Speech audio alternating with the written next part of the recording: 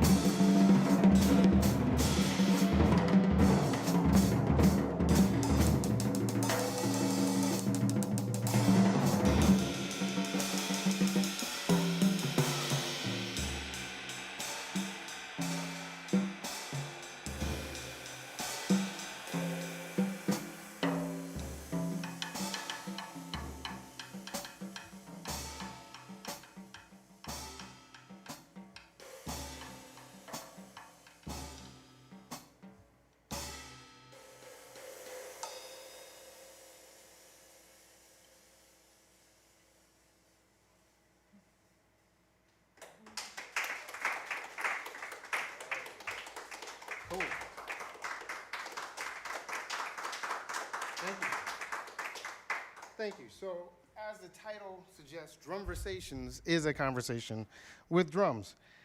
And the reason why we did that is because nobody else had done it before. It seemed kind of cool. But for real, we were, that's one of the reasons. But we were on tour, and then this thing happened. And when this thing happened, we were literally on our way to Kalamazoo, Michigan, and halfway up, it was a 5-hour drive. Halfway up, all of our phones started blowing up. It was like the world is coming to an end. And so we do that concert. It ended up being the last concert that we've done since then. That was March 11th, 2020. And that's actually a record called The Last Concert, because, I record everything. And so our publicist was like, you got to keep the momentum going. You got to do something. And so we had this little rig at home, and we started going live from our basement on Fridays. And there was so much to talk about, so we figured we'd just talk and play. And then the concept of the talking drum is a West African concept. There are so many kinds of drums across the continent, but particularly played by the griot, the Jali of West Africa, that literally speak the language of the people. And so we figured it would be a great way to kind of introduce Western audiences to the concept of a drum that speaks, because hopefully, as I improvise and play stuff that I've already prepared for the drum set, what's being played kind of reflects what's being said and vice versa. Or the vice versa is what's being said is influenced by what's being played, because when you play, a lot of times you open yourself up to new things, new ideas, and the ashe that's out there just saying, hey, say this. So today, on the way here, I was telling my wife, Ruth, who's manning all the equipment for me, womaning all the equipment for me, thank you, that I had not a clue what to talk about today, because it's been a crazy week, and the world is nuts, and work is nuts, and all that kind of stuff. But then I thought about this quote about storytelling, and I'll get into the quote again. So after we breathe a little bit and create some synchronicity. But I wanted to give an intro and say, like, the stories that we tell, as the writer and poet Ben Okri said, our people are as free and healthy and confident as the stories that they tell themselves. Sick storytellers can create a sick nation. That just stuck with me. So everything that we talk about today hopefully will kind of revolve around the power of story, the power of narrative. The stories we tell ourselves personally, the stories we tell each other about ourselves and about each other, and the stories that we've been told, and the implications of those stories for how we engage the world and how the world engages us. But again, if you haven't watched Drumversations, what we've done, because we've been separated for so long, is try to create some synchronicity. And have you ever seen that experiment? Maybe it's on YouTube or somewhere, where you put a wall full of clocks and you get them going, and they're all going differently, and then after a while they start ticking together? That's synchronicity. And it happens no matter what. Any clock you put up there that has a ticker, like a second hand, after a while they synchronize, right? Human beings do it too. It's called community. And so as we're operating in community, virtually and in person, I like to get us to breathe, and I know it's hard in masks, but sometimes after a hard week, sometimes you just need to breathe, So as comfortable for you, I just like us to kind of relax, relate, and release, get the week off of us. So breathe in and breathe out. Breathe in. Breathe out. When we breathe in, we're breathing in the breath of life. Breathe in all the goodness the universe has for us, and breathe out all the crazy, all the stress. Breathe in. Last time, breathe out. Now we're breathing together. You feel that? Now our hearts are beating together in sync. That's also the power of the drum. Has anybody ever gone out and danced? Yeah. So you go out dancing, and you may have rhythm, you may not have rhythm, but the point is the drum gets everybody moving, right? And you might not be moving in sync with everybody around you, but the drum keeps you in sync because everybody's feeling the same rhythm. To me, that's what democracy is. It's collective individualism, right? Collective individualism means we can all be ourselves, but it's us being our authentic selves that allows us to work together to create something every day. Democracy is something you do. It's not something that's done to you, right? Or even for you. So, back to Ben Okri, Nigerian novelist who said, "A people are as healthy and confident as the stories they tell themselves. Sick storytellers can make nations sick." It makes us wonder, is all the crazy stuff that's been happening in the world, like since way back or when, the result of stories? Could it be that simple? That a story told to one person, carried from that person to another person, to another person, to another person, could be the result of all the inhumanity that exists in the world because it's a sick story? Could it really be that simple? I'm thinking of stories. White supremacy is a story, right? Black or African inferiority is a story, right? All the hierarchies related to the isms that we all have to deal with, gender, race, sex, class, all the isms, those are stories. Somebody crafted these narratives. And because of these stories, they started to build societies based on stories, right? Manifest Destiny is a sick-ass story that resulted in the near genocide of First Nation peoples. That's how powerful a story is, right? And I use the word story because there's really nothing to base these stories on. There's no fact. Who can say, God told me we're going to go from sea to shining sea and anything in the way is going to get killed? Is that like empirical? Can we prove it? No? Oh, but I mean, America, right? Who said that women should only earn at best 60% of what some white dude makes? I don't know, but he should be fired. I say they should be fired, but that's a story, right? That women have a particular place in society that is not equal to men in general, but to a particular type of male in Western society. And we see that not happening in a lot of other places. You know, there are several First Nation tribal governments that depended on women to make serious decisions about war. Why? Because, I mean, y'all smarter than us, number one, but number two, it was their sons and their husbands and their brothers and their fathers that were going to war. So who better to make decisions about whether or not to go fight than the people who were going to suffer the cost? Right? All of these are stories. What stories have you been told? What stories have been told to you about yourself?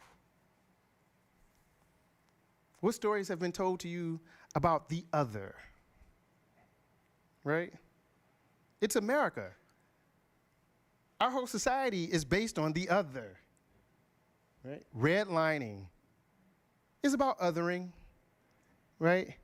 If you look a certain way, your property is more valuable than folks who don't look like you, even if the house is the same.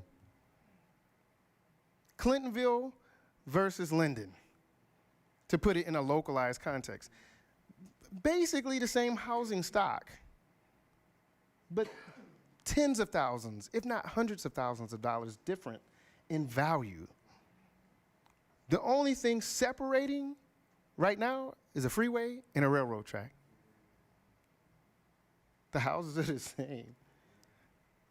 But the stories that we've told ourselves about who lives where is what dictates the value. What would happen if we told ourselves a different story?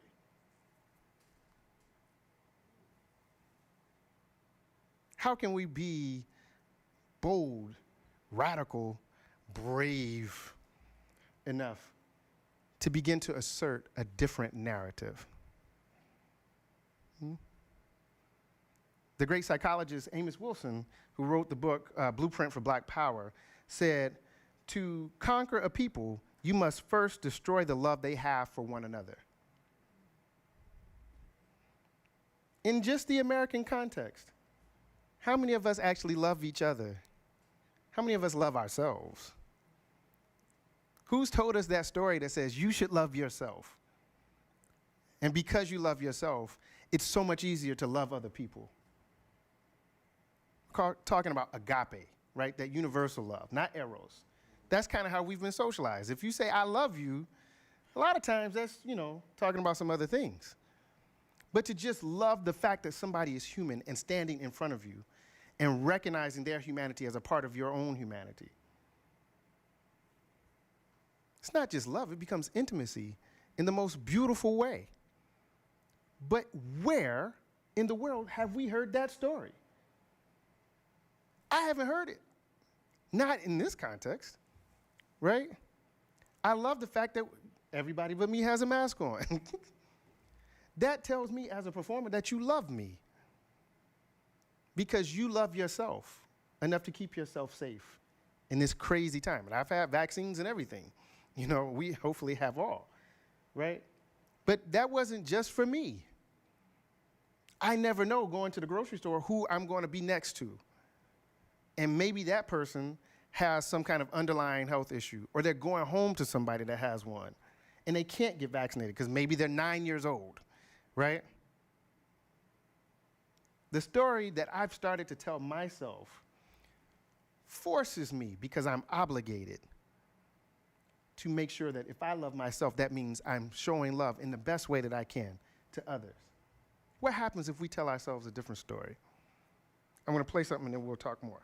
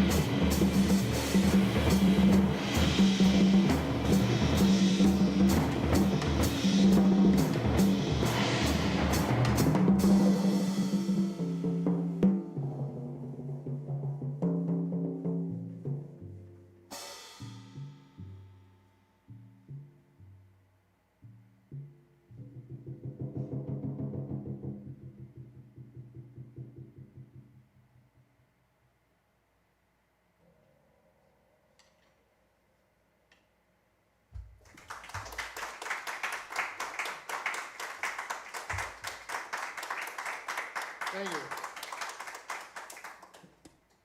So, what happens when we start telling ourselves a different story, right? Amos Wilson, again, great thinker. There's a lot of stuff online. He's written several books, including Awakening the Genius of the Black Child. He addresses black-on-black crime. He addresses how to build nation through Blueprint for Black Power. And he was murdered for doing that work because he was trying to tell a different story. How many other people were killed for trying to tell a different story?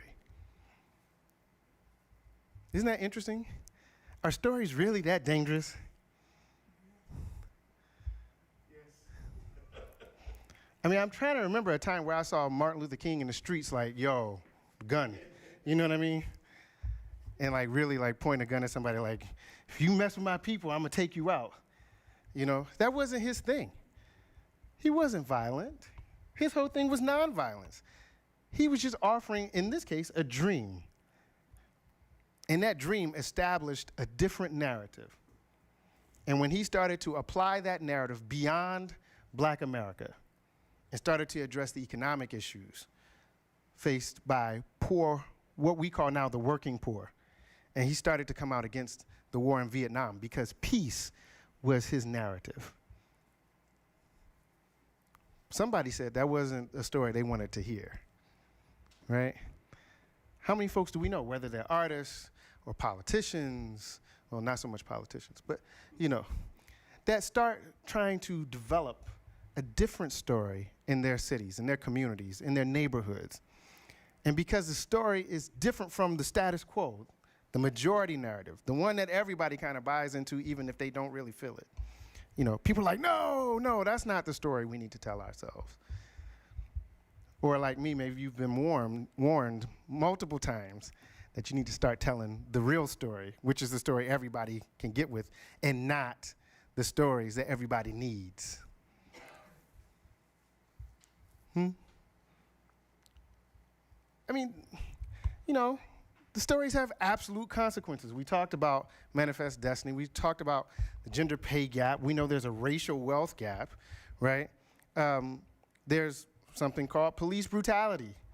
That's all about a narrative, right? How somebody sees someone else and whether they see them at all or whether they see this caricature based on the story they've been told, right? Hopelessness comes from stories. The stories we tell ourselves or are told to us. I've done a lot of work. I grew up in Linden. And I've done a lot of work with kids in Linden. I've done a lot of work with kids in the inner city, the urban core, you know? And I had one young man, he was 13 years old. He came up to me shortly after a friend of his had been killed in gang violence. She was 15. And he asked me, he's 13, he said, will I live until I see 15? And I said, my sincerest hope is that you live until you're 115. But his next comment was, if I'm not going to live until I'm 15, then I have nothing to lose. And yet when we look at high rates of gun violence in Black communities, we say, oh, it's because Black people are a criminogenic society in and of themselves. They are born criminals, right? The mayor here in town last summer said, we got to get these guns out of those kids' hands because they're the problem. And if we just get guns out of their hands, then there will be no violence. Are the guns the problem? I mean, I know a lot of people with guns. They hunt. They've never shot a person. Just because the gun's in arm's reach for a mature person who tells themselves good stories about themselves and their community, you know, that gun is for protection, is for hunting sport, right? The only reason why you would hunt yourself is because you hate yourself. The only reason why you wouldn't get vaccinated or wear a mask is because the story you've been telling yourself about yourself, you've been told about yourself, and you've been telling yourself and been told about the environment in which you live, your community, suggests that there's something about that community that's not worthy.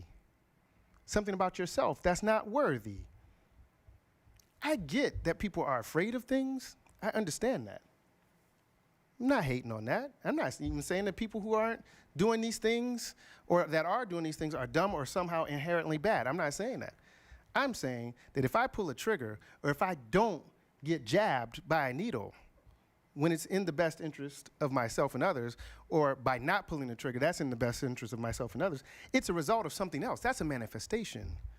That action comes from a core set of beliefs that I have about myself and about you. Then the question is, why do I think the way I think? Why do I believe the way I believe? So again, what stories have we been told about each other?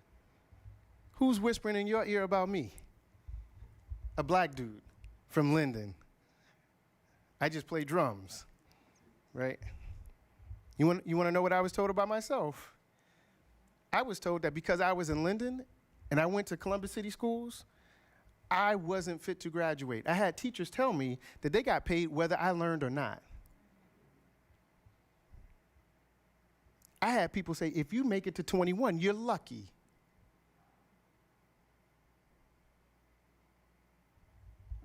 I've had people tell me that if I just played drums like everybody else, I could be famous right now. I had people tell me that if I released an album, Black Lives Matter, my career would be over. I've had people tell me on my wedding day that we wouldn't make it 6 months. We've been married 20 years.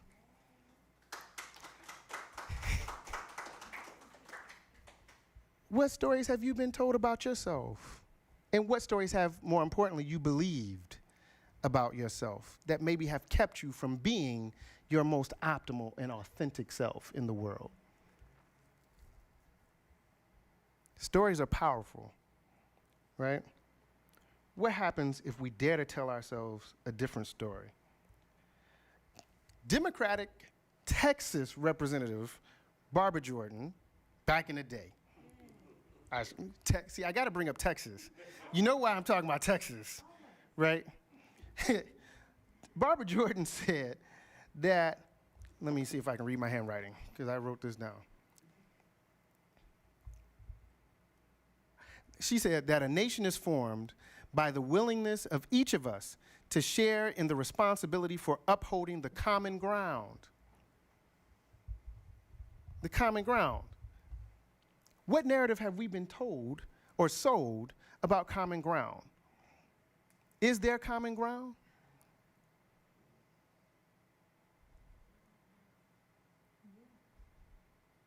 Oh, I think there is, but I'm saying, have we been told that there's common ground? You know?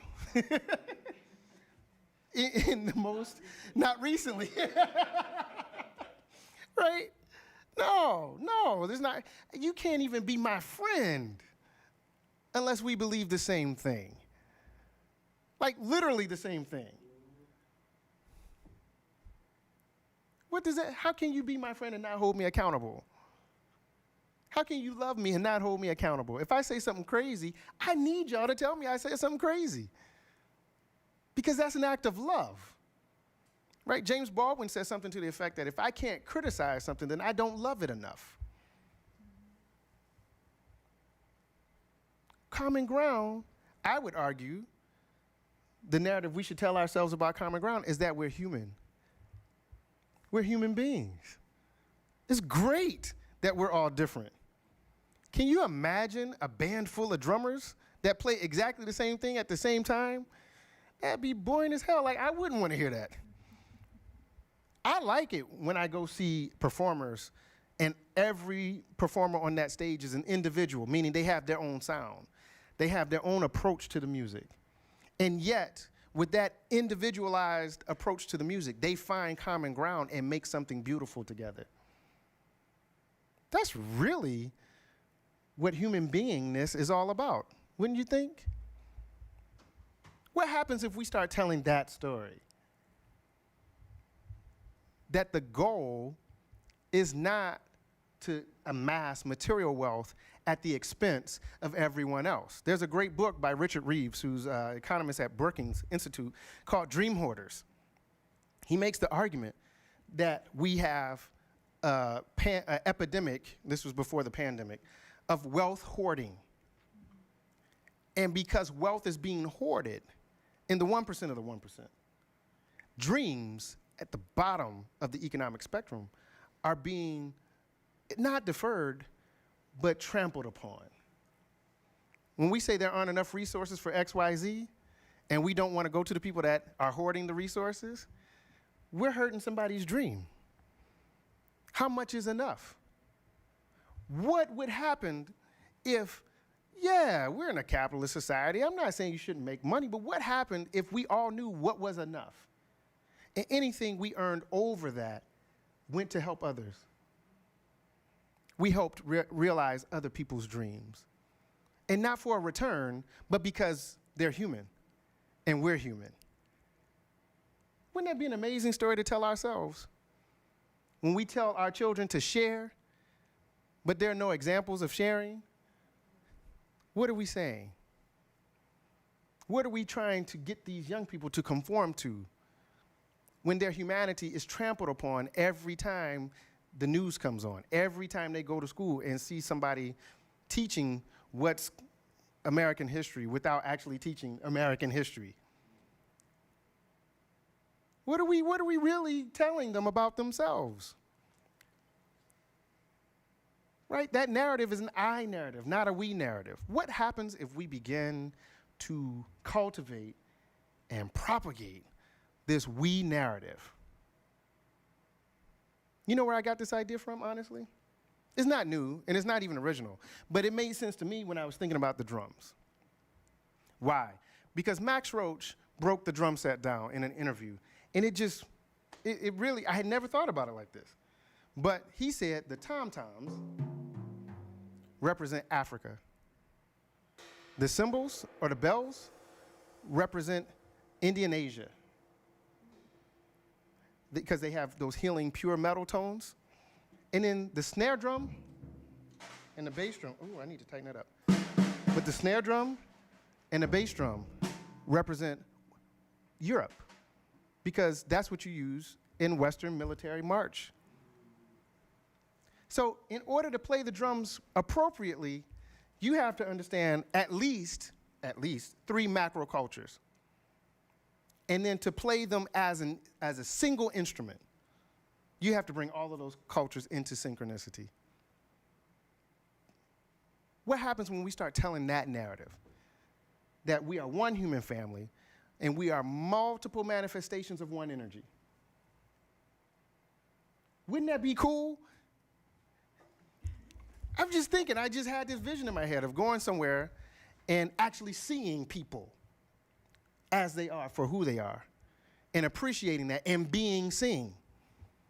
I don't know how many of you have had this happen, but we're a little bougie.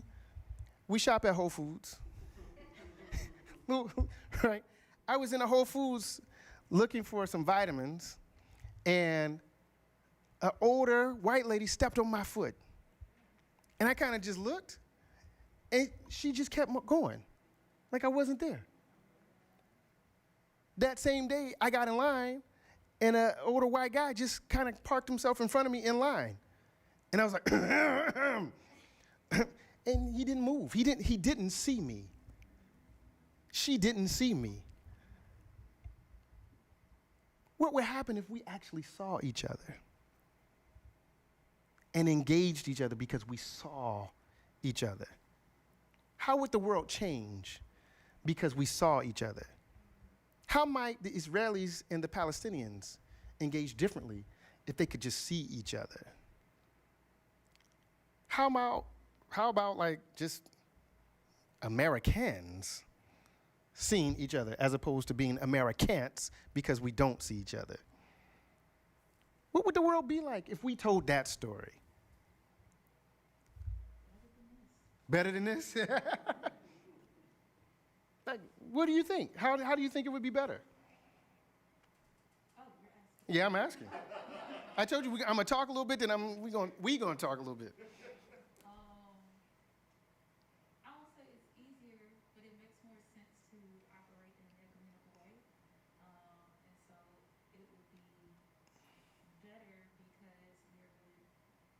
there would be less of a focus on individualism and more of a focus on collective and cooperative economic systems. And so You sounded real socialist. That's good, though. It happens. Yeah. Yeah. I have been particularly black Southern. I'm from Texas, so Okay. Okay. I've been black Southern my whole life. Uh-huh. But yeah, no. If everyone eats, so to speak, then you want to deal with poverty, and you want to deal with these intersections of economics and race, and you want to deal with these surcharges and these wealth waters.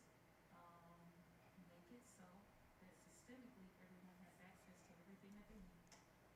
If you can handle that, then it kind of removes the need for oppression, because especially in America, all of our power has always been defined by being able to oppress another group of people. Mm-hmm. Mm-hmm. Right? We don't understand power as a communal thing. We only understand power and only understand access by someone being lower than us. And so we have innate nature to other people in an attempt to survive. But if you remove the othering, or remove the system that says that power is only attained by oppressing or othering another group of people, then you redefine power, and then everyone gets access to it. You know what you remind me of? So, what's that? That movie Monsters Inc. Has Yes. anybody seen that movie? Yes. The first Monsters Inc. was a movie where these monsters would use these magical doors to go into the human world, and they would scare kids and collect energy to power their cities. One time, Mike and the other monster, the big guy, Sully, thank you. Mike and Sully, yeah, they're always partners, right? Mike and Sully go into this little girl's room, and instead of being afraid, she laughs, and the power meter goes off the hook. Just off the charts. Boom, boom, everything starts to explode. Because they hadn't actually built an infrastructure that could handle the power of positive vibration. Like you said, right?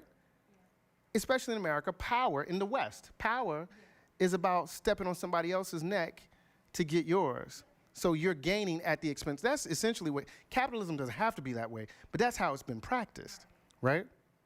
What happens if we reverse that story? Like they did in Monsters, Inc.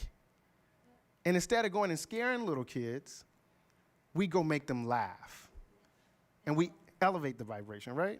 And so now, instead of creating things in a capitalist society where it is only limited to a group of people that get the access, now people start, if we redistribute this, now we start intentionally creating where everyone can have access. So then you have persons that are a bit more comfortable being creative, a bit more comfortable being different. Right. And a bit more comfortable, instead of being human doings, as Dean Richardson from Howard University, that's always good, used to tell us often in undergrad, we've all to some degree become human doings, always doing something to get to the next place. But we don't know how to just be, Mm-hmm. because we don't have time or resources or access to do that. And so we would shift from being these human doings of sorts to maybe being these human beings who get to just be. And so, absolutely, absolutely. And that's the story, right? That, I think, is the narrative we need to figure out how to shift to, from human doing to human being, right? Now, there's a danger in human being, because when we are allowed to be our authentic selves, a lot of the folks who are really trying to get us to do ain't gonna have it anymore. You know how I know? Because of COVID. When we figured out that we could actually slow down and still be productive to a certain extent, our jobs were like, wait, how are we gonna get them back to the office? How do we get them to do and not just be, right? Well, they're not going to work. It's because they've got too many benefits. We're too nice to these poor people. Not these poor people, but these poor people, like, they need to be at work for like $7.50 an hour. What do you mean they don't like these jobs? Let's take away that extra $300 a week. We're being too nice. Because these folks weren't just using that to not go to work. They were using it to figure out how to get better jobs. They're using it to take care of their families, because the calculation was, I'm not going to go out here and risk myself getting sick or my kids getting sick when there's nowhere for my kids to go. When I can do this kind of thing, because I've got this help, I can upskill, I can take my time and find something that I like to do and feel valued at work. Imagine a world where everybody feels valued. How do we tell that story? I'm going to play something, then we'll talk a little bit more about that.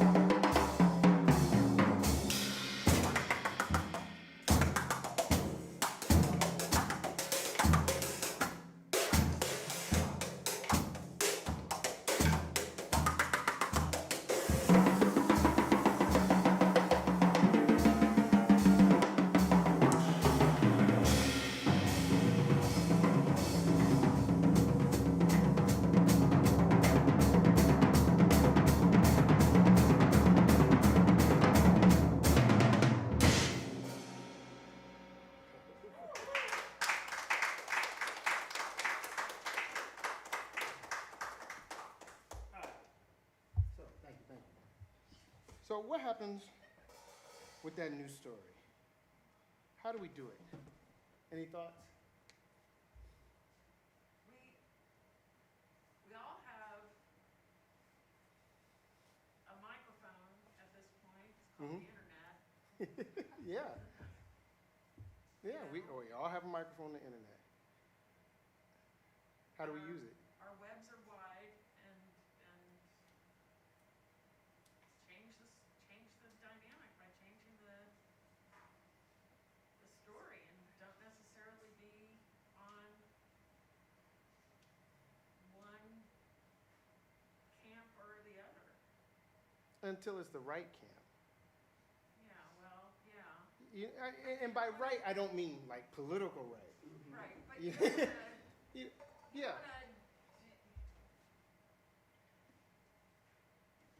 cut off, like shut anybody down Yeah.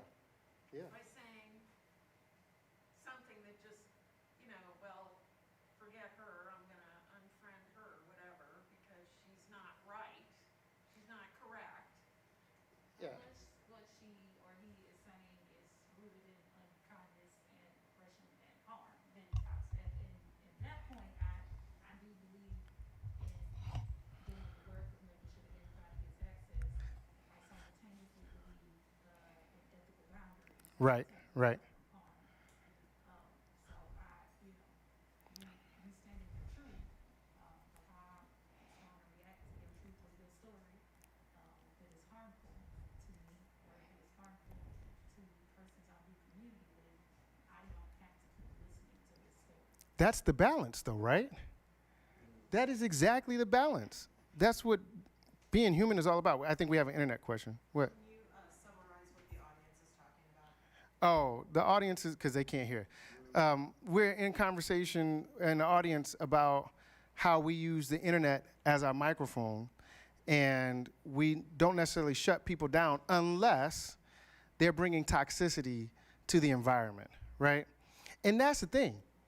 That's where the line, that's why we don't know where that line is, because the story we have been told is so toxic that line, I mean, for Pete's sake, we elected a dude who was extremely toxic.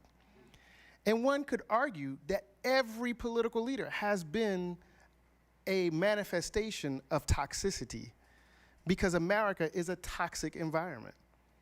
It's a country that's built on 3 cardinal sins, if you ask me, right? The near genocide of First Nation folks, slavery, and the marginalization of poor white men and white women, period. Chattel slavery. Yes, slavery, I'm saying slavery in general, because that includes chattel, but that also includes what happened before chattel slavery. Indentured servitude wasn't great either. And there were a lot of Africans who were indentured, like when the first Angolans came over. Right, and that It wasn't chattel yet. 1450. It became chattel, right? So I'm being as inclusive as possible by using not necessarily the descriptive chattel because it leaves some things out. I'm talking slavery in all its forms, right? And so it's a toxic environment because we were told toxic narratives in the first place. So what happens to the country when we start to say and believe narratives that bring us in? Kind of to your point, a good friend of mine, Dr. Melissa Crum, always says we shouldn't be in the business of calling people out. We should call them in, right? And to your point about that line of toxicity, if I am working, doing my work to operate in my optimal, authentic badassery, then I get more sensitive about folks who are trying to bring that down, right? And it's not necessarily my job to change their mind, to your point, right? But I do think, to a certain extent, because of who I am and how I do my work, to your point, I will engage them to a point. And if we can't at least agree to disagree, then I don't have to go any further with them because I don't need to jeopardize my own health at the expense of their negativity, right?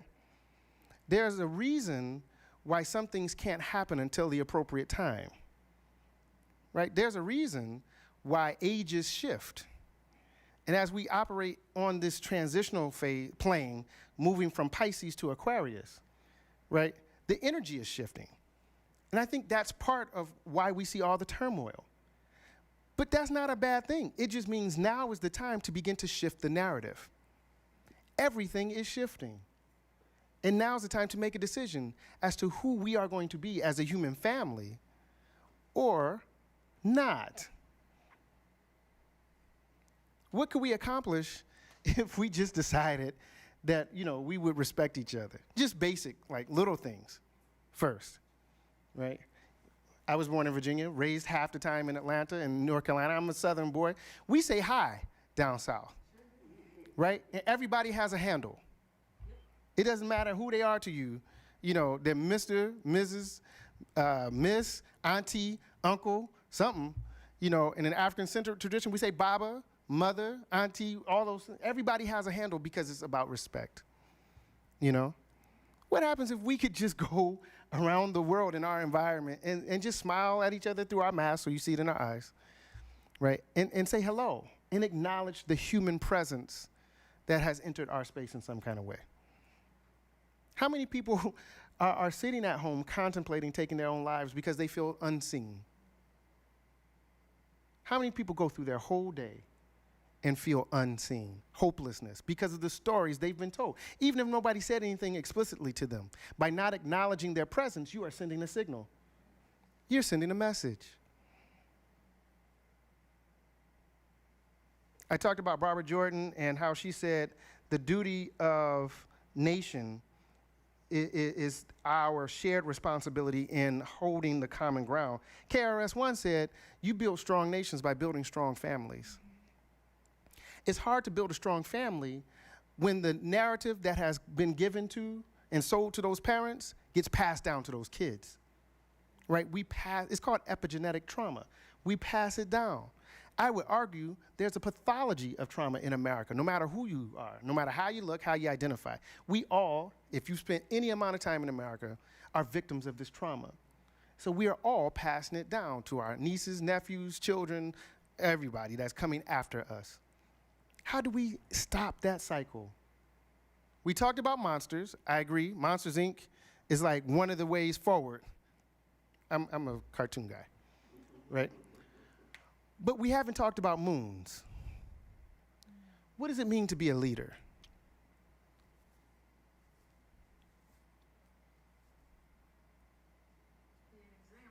An example. Uh-huh. To have influence. Mm-hmm. What else? To make a difference in your pocket of the world. To make a difference in your pocket of the world. I think that we all have the ability to be leaders. That doesn't mean we all need to lead people, right? As a band leader, I only hire musicians who have the ability to lead their own bands. But in the context of my band, they're not the leader, but we're all leaders. Why?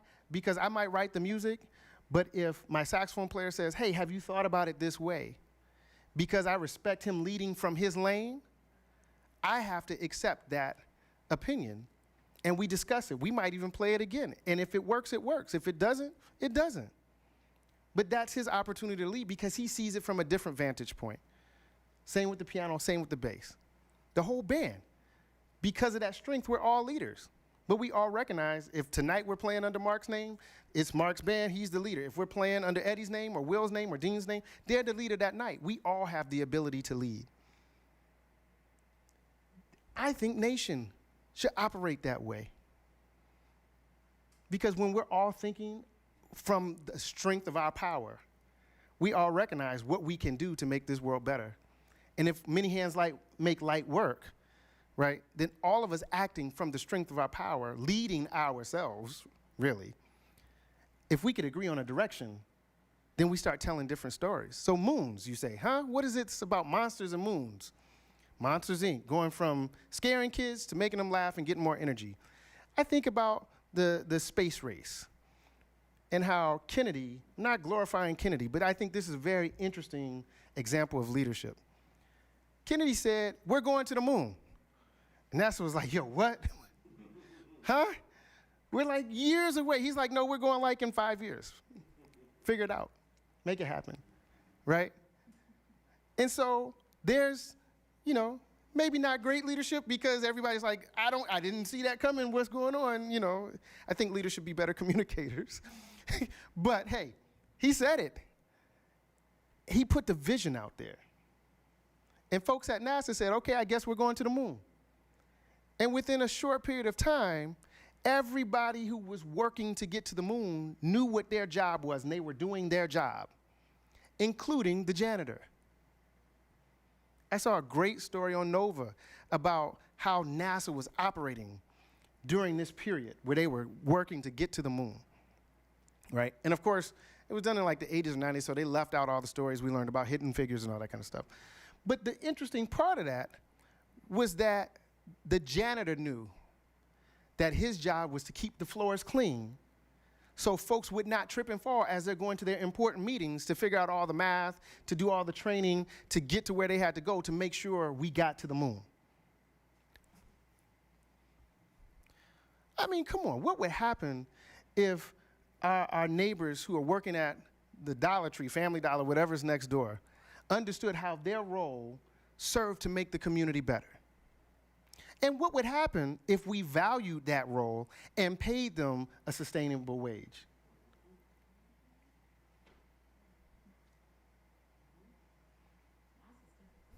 Yeah. So I have an example. Mhm. I'm a first aider at mental health, and I was teaching a class about a week ago to like a whole school, right? And they actually had the janitor, they had every secretaries, they had every single person that works in that school in that class, because they know that every person will be able to touch a child, and they needed every person to be ready to act and see the signs and help a child.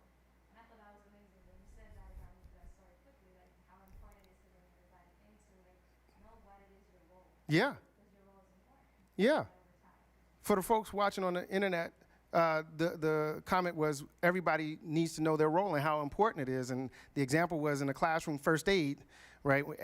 A lot of different people with different roles in the school came into the room, so everybody understood what their role was. The kids knew, the adults knew, and because there was a clear sense of everybody's lane, things can happen more effectively and efficiently. And when you think about it like that, value is really important. I might be playing the drums, but the people who made these cymbals are really important because my sound wouldn't be what it is without their craftsmanship. This is my baby, right? The folks who made these heads, they're not even in the room. These folks are in Turkey and in Germany. They're nowhere near us. But the energy, the spirit they put into crafting these instruments are heard all over the world, right? That's value. I value that. And people say you can't operate businesses like that because, you wouldn't make any money. But I'm thinking about how CEOs make, between 400 and 1,000 times more than frontline workers. And how when there was more parity, less than 100 times in the 50s and 60s, we had a better quality of life because frontline workers were valued. How shareholders seek to extract resources as opposed to offering good governance so that the frontline workers who are helping get those dividends out are valued so those dividends can continue. Then I think of this place called Costco. They actually started doing better when they became employee-owned. It has not hurt them. In fact, their profits have gone up because everybody in the company understands their value and their lane and how it helps for everyone to succeed when they do their jobs well. Everybody has a stake in the company. Therefore, when I come to work, I'm not just working for me. I'm working for you. And people seem to be happier there. The other thing I think about is cycling. I didn't know this. I just learned this. Watching the Tour de France, right? There are so many people that go into making sure these teams are not even successful, just able to ride every day. And as these teams win money throughout the race, that money is divided on the whole team, everyone, even the people who aren't even on the course. So they're not riding for themselves. They're riding for their team. That's why you see in this year's Tour de France, this guy, he was in a wreck, broke both his elbows. He finished the race. He wasn't just riding for himself. Imagine if we valued ourselves and each other to the extent that everything we did was in the context of community. I couldn't just walk by you if I saw you in the street. I'd have to acknowledge your presence. You might have time to. I might actually have time to, right? Because I'm not just doing, I'm being. So how can we use our microphones, our platforms, to begin to cultivate this new narrative of human beingness, of human connectivity, of love, of family even? How might that shift our politics? How might that shift the culture in general? If politics is a negotiation of power, how do we have human-centered conversations about power? How do we put humanity in the center of our politics? And what are the implications? This is what I sit down and think about all the time. As a musician, we deal with something called cymatics. Cymatics is the study of physics in physics that it tries to explain how sound affects the physical world.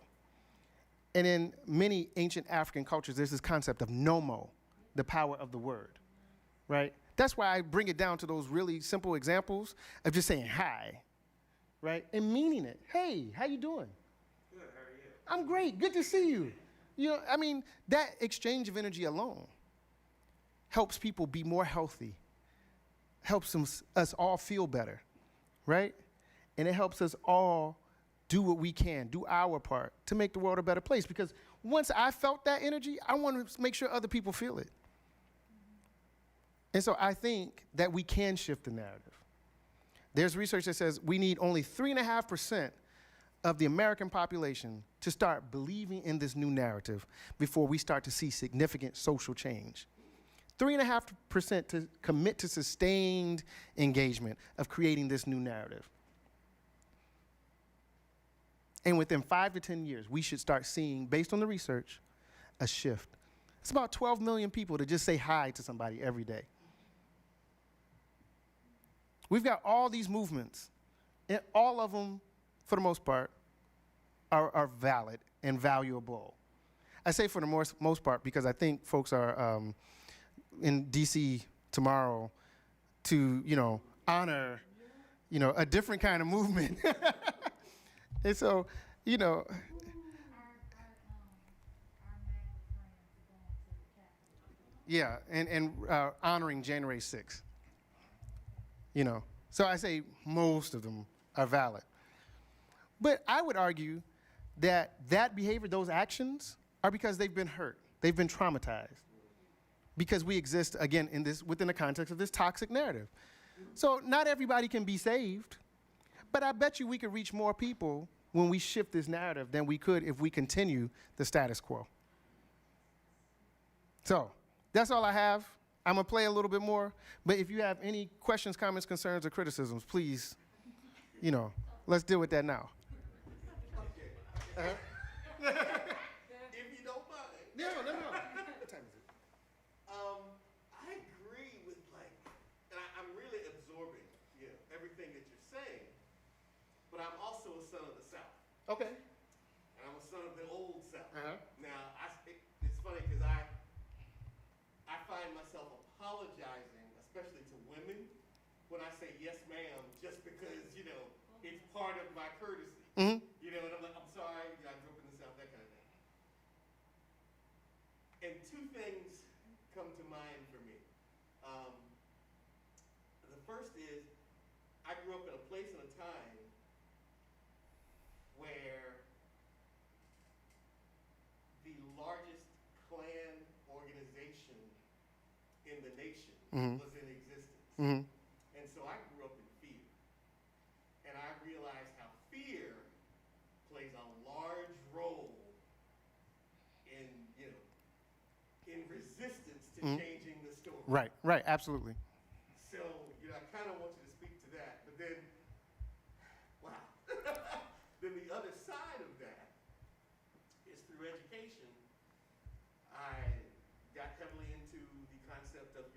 Mm-hmm. And when you talked about the whole Monsters Inc. thing and, almost the socialism thing, and, through education being somewhat of a nerd, the whole Star Trek thing. Oh, yeah. A society. I've been watching Next Generation. Yeah. So it's a society where they've gotten rid of the need for money or the need for, that it's like you be the best you Mm-hmm. can be. But I also know that, in just about, let's put it this way, every utopian society that's ever been. They have a Klingon. So what's that? In every Gene Roddenberry story, there's a Klingon. But it does. Right? But I'm just saying, in the, Yeah. other stories, Brave New World, Yeah. Animal Farm, on and on and on. While a utopia exists, somewhere there's the dark underbelly of Yeah. wisdom. Yeah. Yeah. Yeah. So it's, it's that yin-yang balance thing Mm-hmm. that, and so when you said 3.5%, I was like, wow, I'm in for the 3.5%, but can we get more? How do we make it work? So, Yeah. Okay. So to summarize for people at home, the context was my friends from the South, the Old South, and dealing with shifts in culture, right? How folks may not respond well to handles, and then fear because of just the South, KKK and all that kind of stuff. Fear of change, and the implication of arguing for a utopia, because for every utopian society as described in sci-fi and stuff that we love, like Gene Roddenberry stories and Frank Herbert, who I'm about to quote here in a second, because Dune's coming out in October, if you didn't know. How do you deal with that sense of utopia without addressing dystopia, right? Okay, I summed it up right? Okay, cool. Okay, so Frank Herbert in Dune wrote, "Fear is a mind killer. I will not fear. Fear is a mind killer." And to the point of the toxicity of the American narrative and the pathology that's come from that, I think the reason why most of us have not been able to fully realize our optimal and most authentic selves is because of fear, right? And it's not because we're afraid to get in a car and drive down the street. It's not because we're afraid to think, but the society has so destroyed courageous people who have spoken in this different way about these new narratives, right? Black, white, purple, green, and blue, male, female, frogs, cows, anybody who offers a narrative that's different, in many ways have been shot down. And then you get your one or your two every generation, and everybody's like, yes, but it's just one or two. And so you're like, 3.5 million, why can't we get more? Because folks have to get through that fear. Audre Lorde said, when I dare to use my power in service of my vision, it doesn't matter whether or not I'm afraid. Right? Courage is not the absence of fear. Right? It's recognizing and accepting your fear and doing it anyway. Right? And for me, I said this to my wife earlier today. For me, I feel like I have to say and do certain things because it's my obligation to society. It's my responsibility to my family. We have daughters, right? In a country where divorce rates for partners, period, especially heterosexual, especially black, right, is really, really high. I feel the need to be able to stand as a man in the way that I can so my daughters understand what that is. Because black men doing that have a history of dying young. But through all of that trauma, if we don't have them standing, we don't have a Voting Rights Act. We don't have a Civil Rights Act. We don't have integration. We don't have all of the stuff that we have because these folks said something, right? They did something. They were absolutely afraid. I don't think for a heartbeat that any of them, Medgar, Martin, Malcolm, Fannie Lou Hamer, Ella Baker, go down the list. I don't think for a moment they weren't afraid, but they had courage. Yeah, exactly. Yes, she did, right? And so that's where I think about vibrations, right? When we operate out of fear, we are actually operating out of our lower vibratory frequencies. So we can't even be optimized in the work because we're afraid, right? That courage helps us elevate our frequency so we can be effective and have impact beyond ourselves. That's why we still call their names. Utopia, dystopia. I'm not arguing for utopia. I'm not saying that you said I was. I don't think utopia exists. We live in a dystopia. But we only live in dystopia because we've not fought for utopia, right? Sometimes, Jordan, I think his field goal percentage was like 68% or something like that. Don't quote me. Sports people don't, please. Right? I'm saying he wasn't 100%, right? But he shot and shot and shot. He forgot what he missed. And when he made it, he kept pushing, right? He just kept trying. The piece I, interestingly, just played was called Ma'at. Ma'at is an ancient Kemetic word for balance, cosmic balance, for truth. So see, sometimes the drums inspire the conversation. You couldn't have known that, right? The energy is just there. And so the goal is balance. There are days, and my wife can attest to it, there have been days recently where I just didn't feel it. Right? Didn't feel it, but I knew I had to pull myself up. And not bootstrapping. That's not what I'm talking about. I'm talking about emotionally. I'm talking about vibration, right? Because I can't afford to be down long because I know other people around the country, the world, and my home are depending on me. It's not about perfection. It's about balance, right? So where can we strike the balance individually, and where can we strike the balance collectively in order to make the best, most optimal society? You can only do that when people are healthy, happy, and whole. Or at least when we have a society that promotes holistic health and holistic happiness and wholeness, right? Say what? Okay. Anything else? Yeah. I just want to say, Alex Huxley's Brave New World was never envisioned as a utopia, but a chronological dystopia. And we as a society have never written nor envisioned a utopia at any point in time. And instead, what we have envisioned is just some sort of, usually warning in terms of what the future will bear if we don't change course, such as the Jetsons, what most people don't realize. That's true. Built up because of environmental degradation at the layers below. So that's why people had to live 1,000 feet above like the air. So before we can begin to take action, I think we have to have a collective envisioning process of what does that look like. And as you said, to reach optimal efficiency, it's to take the whole person as a whole, the good and the bad, and the yin and the yang.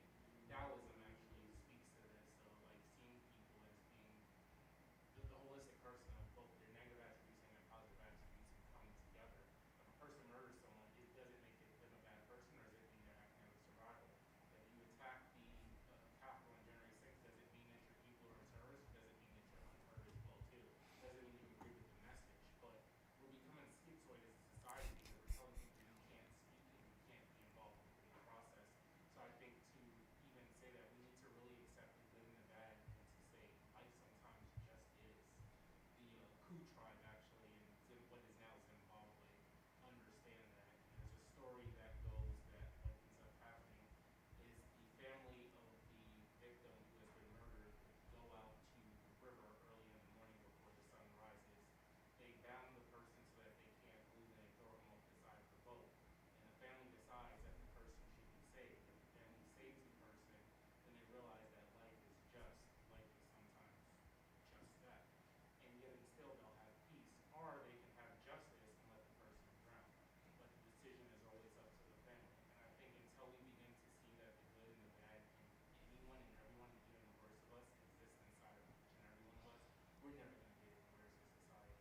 So I just caution everyone, he did Roddenberry, which I'm a huge fan of, and any of the work that's existed, we've never as a human, just humanity, ever envisioned what utopia looks like. We have always written utopias as a warning to ourselves and what the future may look like. Cool.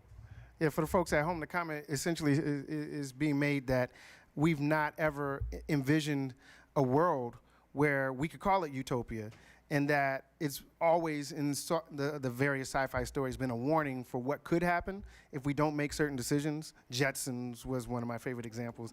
And that there are people who understand justice and the value of human life, and that we need to do our work to just get to that point, that very basic understanding of justice. And I would argue in the way that my father thinks about it is righteousness, right? Because there's just, and I don't mean it in the religious sense, but what is just and what is righteous, right? To realize that life has meaning even when that life has taken a life.